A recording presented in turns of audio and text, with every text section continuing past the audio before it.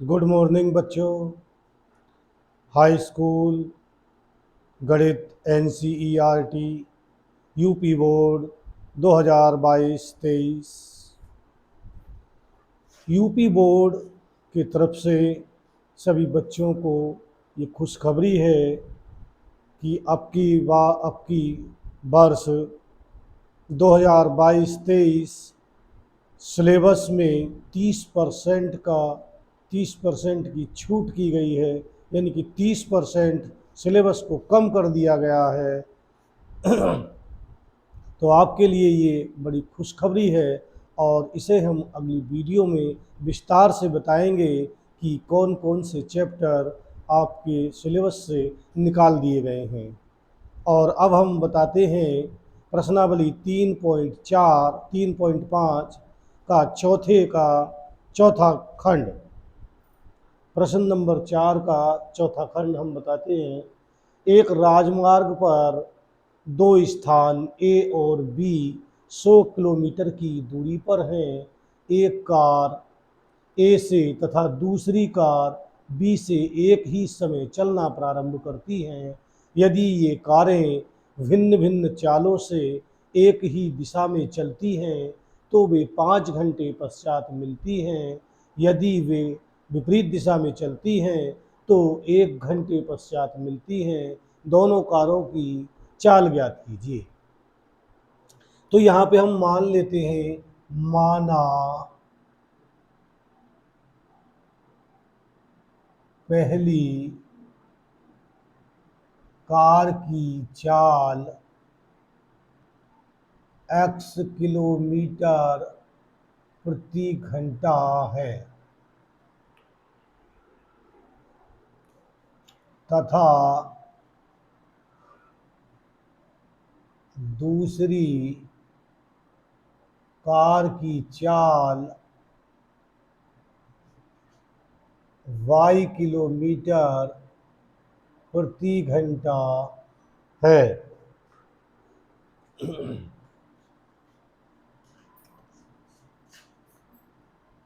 ये ए है और एक कार ए पर और दूसरी कार बी से चलना प्रारंभ करती है। जब ये एक दिशा में चलती हैं तो ये कारें यहाँ पे आके दोनों कारें मिल जाती हैं।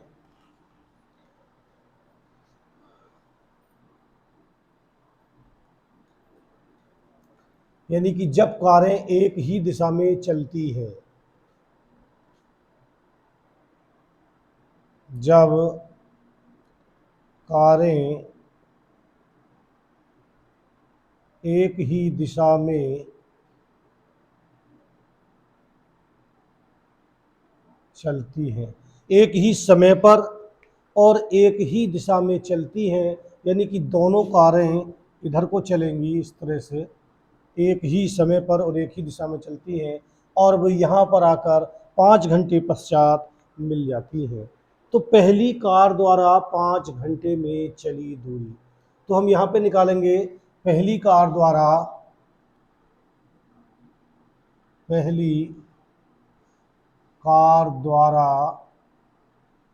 5 घंटे में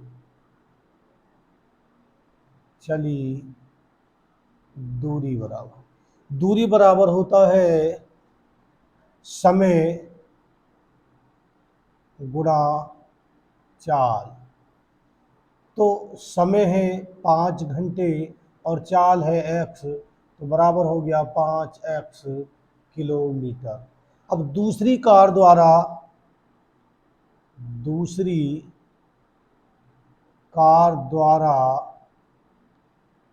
5 घंटे में चली दूरी बराबर समय गुणा चाल, तो समय है 5 और चाल है यहाँ पे y, बराबर हो गया 5y किलोमीटर।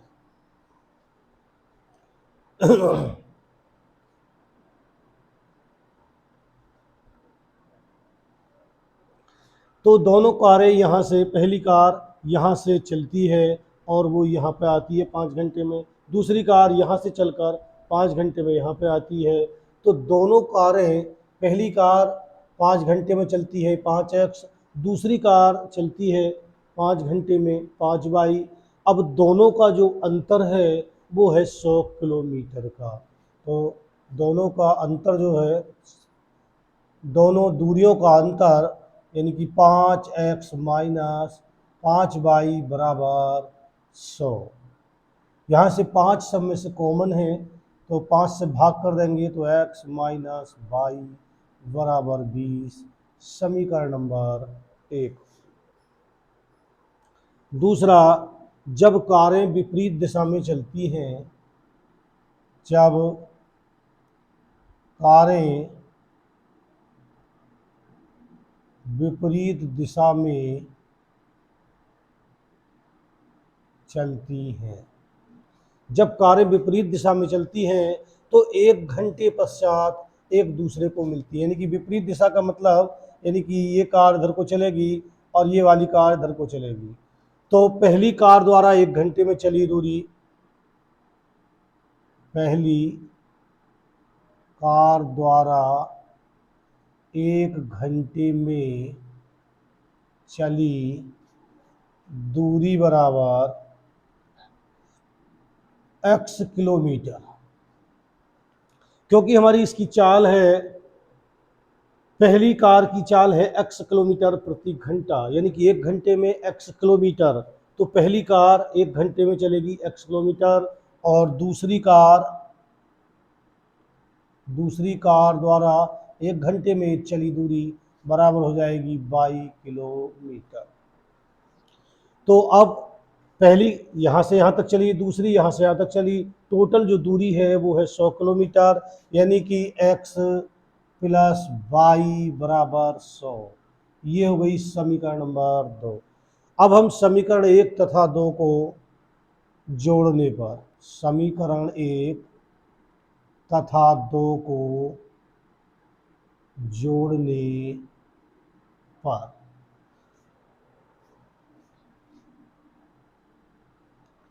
तो x माइनस वाई बराबर 20, समीकरण नंबर 1, x प्लस वाई बराबर 100, समीकरण नंबर 2।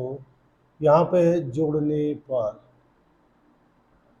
जोड़ने पर बाई से बाई कट गया, 2x बराबर 120 और x बराबर 120/2, 2 से काट देंगे, 60 बार कटेगा और x बराबर आ गया 60। अब x का मान समीकरण फर्स्ट या सेकंड में रखने पर, तो फर्स्ट में रख देते हैं, x का मान है 60 माइनस बाई बराबर 20, माइनस का बाई बराबर, ये 60 उधर जाकर माइनस का हो जाएगा और 20 इसमें से घटेगा तो बचेगा माइनस का 40, माइनस से माइनस खत्म और बाई बराबर आ गया 40। तो पहली कार की चाल x बराबर 60 किलोमीटर प्रति घंटा, दूसरी कार की चाल y बराबर 40 किलोमीटर प्रति घंटा। अब इसे एक बार और बता देते हैं। माना पहली कार की चाल x किलोमीटर प्रति घंटा है तथा दूसरी कार की चाल y किलोमीटर प्रति घंटा है। जब कारें एक ही दिशा में चलती हैं, तो ये कह रहे हैं जब कारें एक ही दिशा में चलती हैं तो वे 5 घंटे पश्चात मिलती हैं। तो पहली कार द्वारा 5 घंटे में चली दूरी, तो पहली कार द्वारा 5 घंटे में चली दूरी और दूरी बराबर होता है समय गुणा चाल। तो समय है 5 घंटे का, 5 घंटे और चाल है x, और जब इसकी गुणा करेंगे तो ये हो गया 5x किलोमीटर। यानी कि पहली कार द्वारा 5 घंटे में चली दूरी 5x किलोमीटर। इसी प्रकार दूसरी कार द्वारा 5 घंटे में चली दूरी, तो समय है इसका 5 और चाल है बाई, तो ये हो गई 5 बाई किलोमीटर। अब दोनों दूरियों में जो दोनों कारों की जो दूरियों में अंतर है वो है 100 किलोमीटर का। यानी कि पहली जो कार है वो चली है 5x किलोमीटर, दूसरी कार चली है 5y किलोमीटर और अंतर है 100 किलोमीटर का। यानी कि 5x माइनस 5y बराबर 100 किलोमीटर। यहाँ से 5 से भाग कर देंगे पूरी समीकरण को, तो x माइनस वाई बराबर 20। ये हो गई समीकरण नंबर 1। जब कारें विपरीत दिशा में चलती हैं तो पहली कार विपरीत दिशा में चलती है तो दोनों कारें 1 घंटे पश्चात मिलती हैं। यानी कि पहली कार द्वारा 1 घंटे में चली दूरी, तो यहाँ पे हमने माना था पहली कार की चाल है x किलोमीटर प्रति घंटा, यानी कि 1 घंटे में x किलोमीटर, तो 1 घंटे में पहली कार द्वारा 1 घंटे में चली दूरी x किलोमीटर। इसी प्रकार दूसरी कार द्वारा 1 घंटे में चली दूरी y किलोमीटर है और कुल दूरी है 100 किलोमीटर की, तो x प्लस वाई बराबर 100। समीकरण नंबर 2 हो गई। अब हम इन्हें दोनों समीकरणों को हल कर देंगे, तो समीकरण 1 तथा 2 को जोड़ने पर ये हमने यहाँ पे जोड़ दिया, माइनस प्लस के बाई से बाई कट गया और 2x बराबर 120 और x बराबर यहाँ से 2 से इसे काट देंगे 60 बार, तो x बराबर आ गया 60। और फिर x का मान समीकरण नंबर 1 में डालकर यहाँ से हमने इसका y का मान निकाल लिया और y बराबर आ गया 40। तो पहली कार की चाल 60 किलोमीटर प्रति घंटा और दूसरी कार की चाल है वो 40 किलोमीटर प्रति घंटा है, और ये इनके आंसर है। और सवाल नंबर चौथे का 5वां खंड है। एक आयत का क्षेत्रफल 9 वर्ग इकाई कम हो जाता है यदि उसकी लंबाई 5 इकाई कम कर दी जाती है और चौड़ाई 3 इकाई बढ़ा दी जाती है। यदि हम लंबाई को 3 इकाई और चौड़ाई को 2 इकाई बढ़ा दें तो क्षेत्रफल 67 वर्ग इकाई बढ़ जाता है। आयत की विमाएं ज्ञात कीजिए। तो यहाँ पे हम मान लेंगे, माना आयत की लंबाई x इकाई तथा चौड़ाई y इकाई है।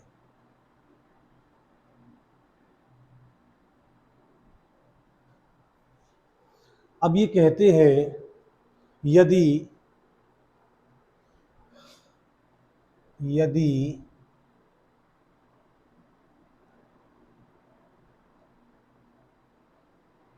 तो आयत का क्षेत्रफल, तो आयत का क्षेत्रफल बराबर होगा लंबाई गुणा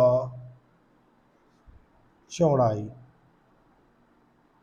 तो लंबाई है यहाँ पे x और चौड़ाई है y, इतने वर्ग इकाई।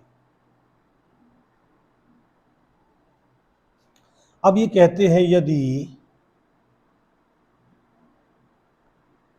आयत की लंबाई में 5 इकाई, आयत की लंबाई को 5 इकाई कम तथा चौड़ाई को 3 इकाई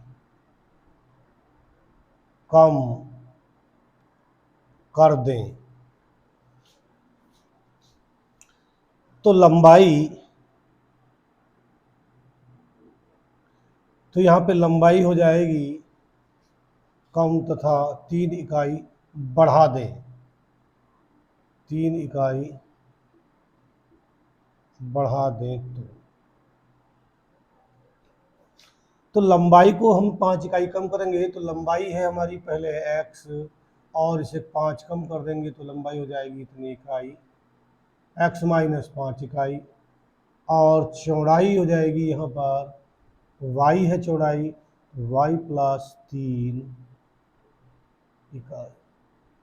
तो कहते हैं कि आयत का क्षेत्रफल 9 वर्ग इकाई कम हो जाता है। यानी कि अब इसका जो क्षेत्रफल होगा, क्षेत्रफल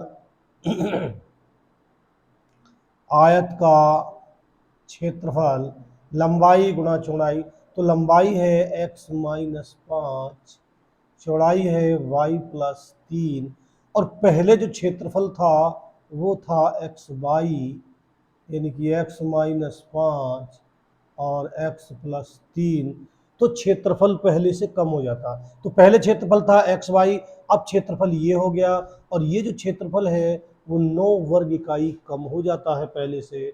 तो मैं इसमें 9 जोड़ दिया मैंने, अब दोनों तरफ क्षेत्रफल बराबर हो गया। इसे हल कर लेते हैं। एक्स बाई बराबर, इसकी गुणा करेंगे, ये बाई है, जब इसकी गुणा करेंगे तो ये हो जाएगा एक्स बाई प्लस का 3x माइनस 5y और माइनस के 5 दिया 15 प्लस 9। एक्स वाई से एक्स वाई कट गया, और यहाँ पे ये यहाँ 3x और माइनस का 5y और माइनस के बचे यहाँ पे 6 और इधर बचा 0, तो वो 0 इधर लिख देंगे। ये हो गई समीकरण नंबर 1। अब दूसरी बार ये बाद में कहते हैं, यदि लंबाई को 3 इकाई और चौड़ाई को 2 इकाई बढ़ा दें, यदि लंबाई को 3 इकाई और चौड़ाई को 2 इकाई बढ़ा दें, तब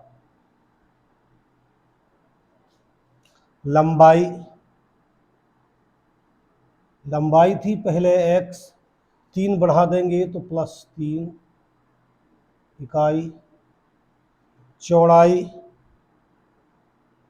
y है, इसे भी 2 बढ़ा देते हैं तो ये हो गई y प्लस 2 इकाई।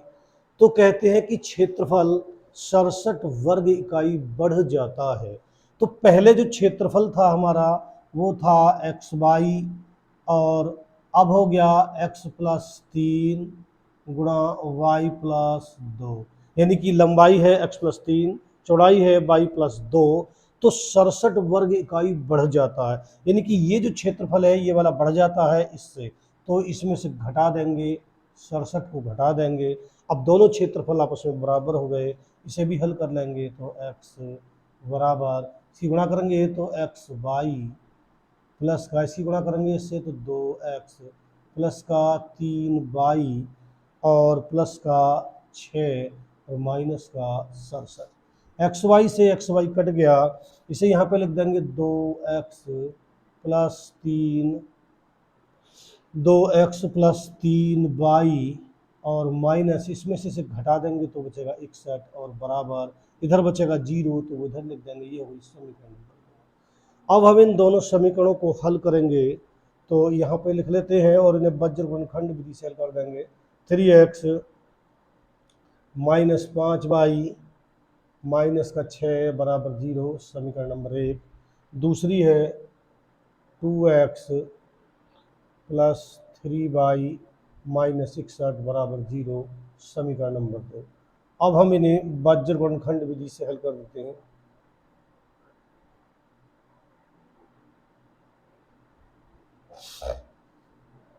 तो यहाँ हो जाएगा x बटे, यहाँ पे आएगा बाई बटे, और यहाँ पे 1 बटे। तो हम इस तरह से x को ढक लेते हैं और इसकी गुणा करेंगे तो ये माइनस माइनस प्लस हो जाएगा, 5 का ना 5 और 5 छंग 30 माइनस, इसकी गुणा इधर करेंगे तो ये प्लस हो जाएगा और ये हो जाएगा साहब 3 छंग 18।